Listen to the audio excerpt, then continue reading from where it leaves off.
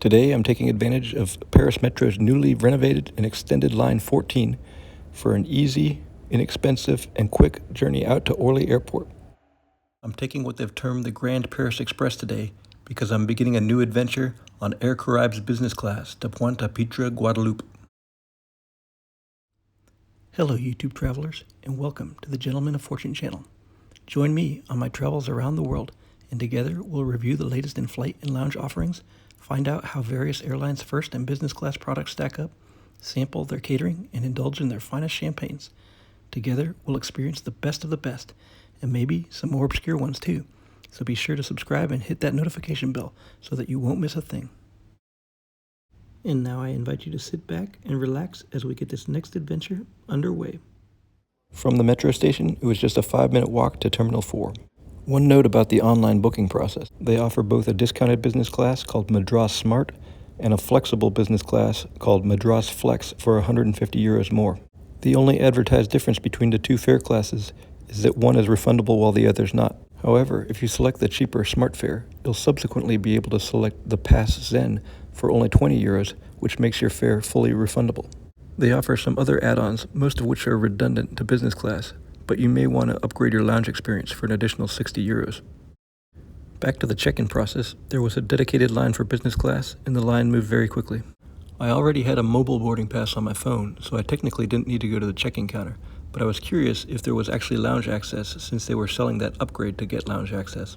This somewhat bit me because they forced me to check my rollerboard though, because when combined with the weight of my backpack, it exceeded their 13-kilo limit. Apart from that, the business class check-in process was fairly efficient. Paper and electronic boarding passes now in hand, I was able to quickly pass through security using their fast-track access number 1 line, and then was off to find the lounge. All of the lounges in Terminal 4 seem to be just after the duty-free shopping on the left-hand side. On the 3rd floor, you have the Royal Air Maroc Lounge, and then to the right down the hallway, you have the Prime Class Lounge, which is used by several of the other carriers. This is the baseline lounge that Air Caraïbes uses for their business class. Seeing as it's early in the morning, the first stop in the lounge has to be the coffee machine. They also have a variety of teas for the tea drinkers. And as I look around some more, I can't help but notice that they have a great-looking outdoor terrace. For sure, there's going to be some great views of aircraft and the tarmac from out here on the terrace.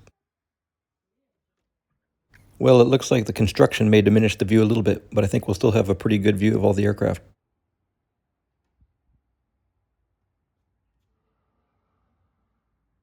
In fact, over there in the distance, there's an Air Caraïbes A350. But I don't think that's the one we'll be taking today, because we're set to depart here in just a couple hours. Here's another one that looks like a more promising candidate.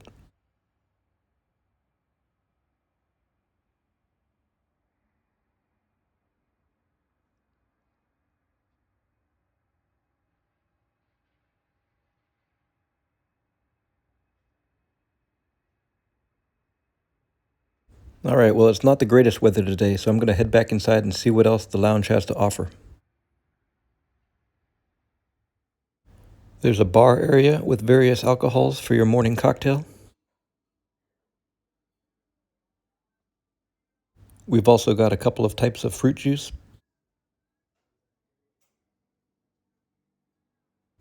And over here we have some types of bread and pastries.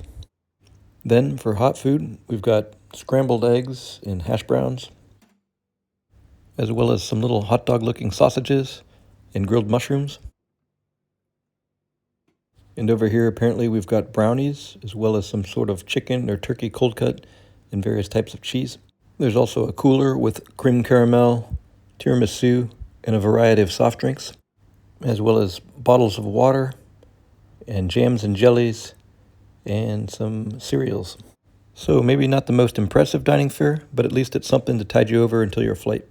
As for the seating, there's quite a few different areas to sit, although I will say that it filled up quite quickly with multiple different airlines using this lounge and all departing around the same time in the morning.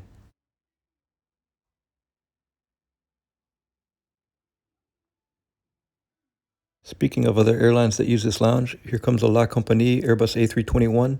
They operate an all-business class airplane with flights across the Atlantic to places like Newark. I'd like to try them and review them one of these days, but today it's all about Air Caraïbes. And since I think we've seen all that the lounge has to offer, it's about time to head to the gate. I do like that livery. The bright colors convey a very tropical feeling. and I think that this Airbus A350-1000 is a beautiful aircraft. Upon arriving at the gate, there was already a huge line, but fortunately they had a well-demarcated separate entrance for priority access. I like their red carpet that they have for the jet bridge. Unfortunately, I didn't get very far because they still weren't letting us board the actual aircraft. But my patience was rewarded because as I stood here, I got to see them towing another Airbus A350-900 up to the gate next to us. I wonder if this is the one that I'd seen from the terrace up at the lounge earlier.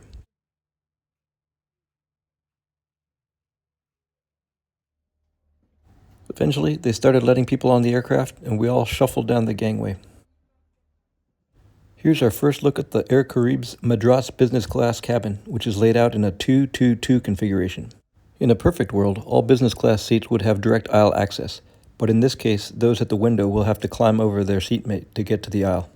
I have selected seat 3K for today's flight, which is the window seat in the third row. The cabin has a fresh, new, clean look to it, and I like the colorful branded antimacassars on the seats.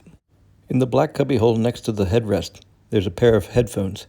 There's also a bottle of water at the seat, and as you can see, there's a pillow and blanket set. There's also a small storage tray underneath the armrest.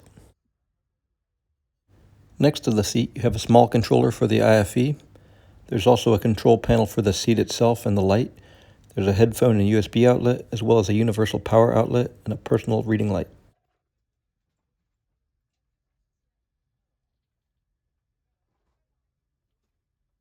Below the television monitors, you can see the cubbyhole for your feet, and make note of the fact that one is much higher than the other.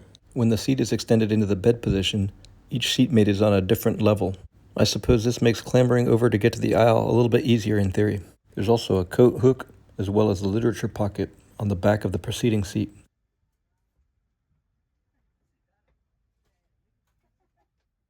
Up above, there's plenty of overhead bin space, even considering the 2-2-2 cabin configuration. I personally think there would have been plenty of room for my rollerboard, so if you travel that way, maybe just do the mobile check-in. The IFE offered menu selections for various flight routes. There appeared to be 2 different menus for today's route, so I'm not sure what the difference is. As I was getting settled in, the flight attendant came around and presented every business class passenger with an amenity kit. This one is certainly unique, and to be honest, I love this plush blue velvety material. Super soft. Now let's check out what's inside of it. First off, we've got this, which is a shoe bag, which is kind of a unique item.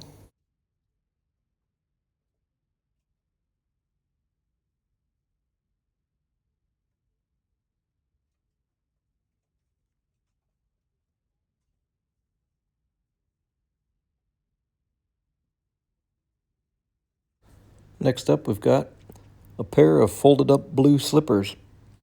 I guess this kind of goes hand in hand with the shoe bag. You can take your shoes off and put on the slippers for the flight.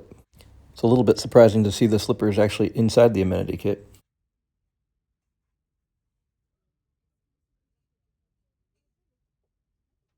And now we've got what appears to be a very large eye mask. And it's got the Air Caraïbes branding on the front of it, which is nice. And the interior is very soft and plush as well, so that'll feel good.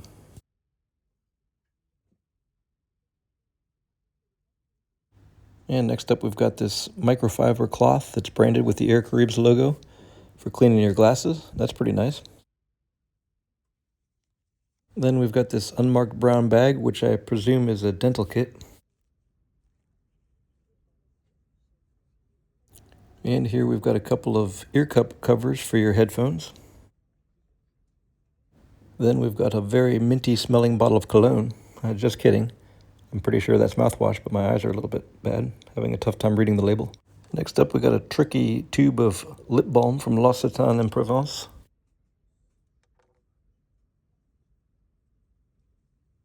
Followed by one last tube of comforting cream, also from L'Occitane en Provence. And that covers everything in the amenity kit. As the aircraft began to fill up, the temperature on board began to rise noticeably, and alas, there were no personal air vents. But fortuitously, we were offered a refreshing beverage to welcome us on board. I opted for the champagne. I am enamored with their logo and branding. One thing I noticed while we were waiting to depart is that there was virtually no horizontal surface on which to place anything. In fact, I had to resort to using the footwell to store this little iPad that they gave me. More on that later.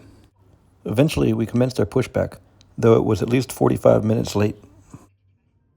One thing about traveling through Orly, for somebody who doesn't visit it often, there were a lot of different and interesting airlines. Corsair is a French-based leisure airline, and here you can see an Azul flight all the way from Brazil. After a relatively short taxi, we were cleared for takeoff.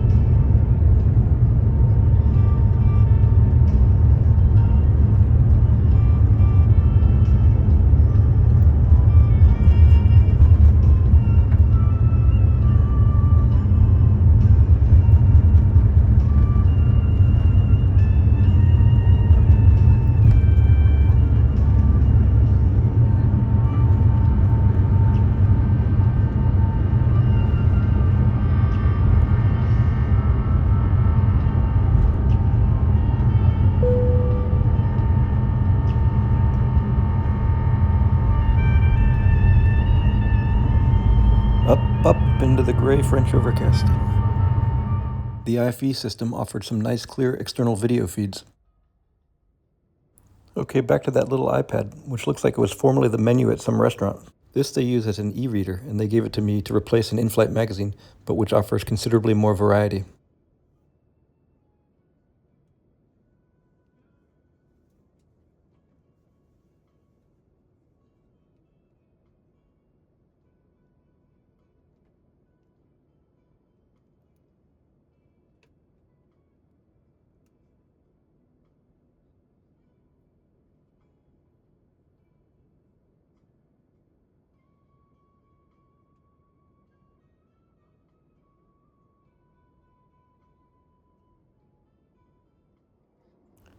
These are the headphones that they offered, which frankly aren't the greatest quality.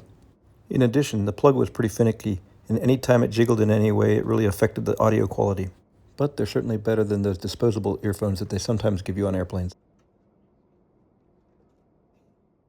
Before long, the onboard service began, and I was offered this hot towel, which also smelled pretty nice. Next, I was offered a menu card, which featured that pretty cool tartan or plaid design which you see elsewhere throughout the cabin.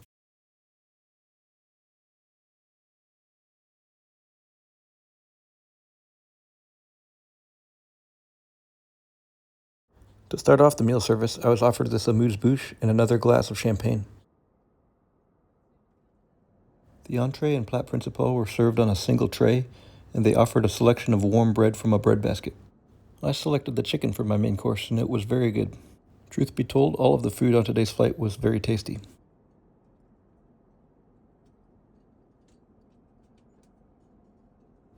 I especially enjoyed the French butter, as well as the spicy red pepper sauce.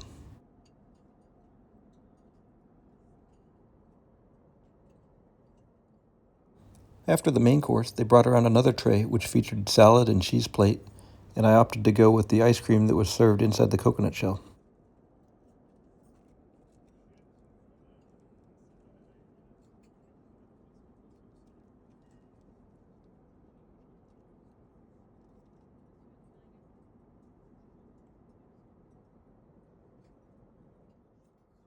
And then to round out the meal, I was offered some coffee, but I elected to go with something stronger, some rum from Guadeloupe.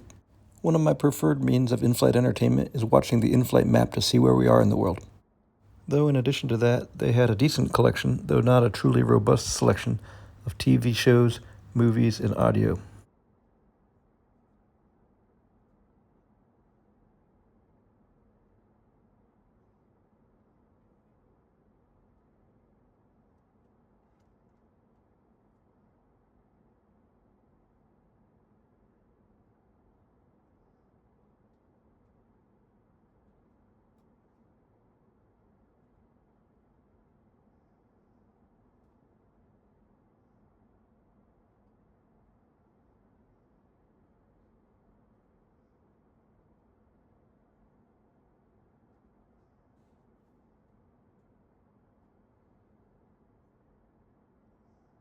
And of course, as I mentioned before, there's the external cameras with a tail cam view as well as a belly cam view.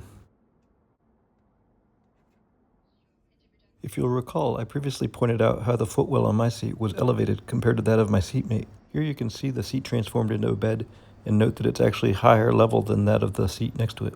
I believe this is the same seating configuration you'll find on Ethiopian's Cloud 9 business class. About an hour and 45 minutes before arrival, a second meal service began. This one featured croque monsieur sandwiches, a hazelnut pâte de crème, some cheese sticks and fruit, as well as a chocolate-covered caramel. I don't believe they offered any other choices for this second meal service. Before we begin our descent, let's take a quick look at the lavatory. It's really nothing too exciting, but it is clean, and they do offer a couple of toiletry amenities.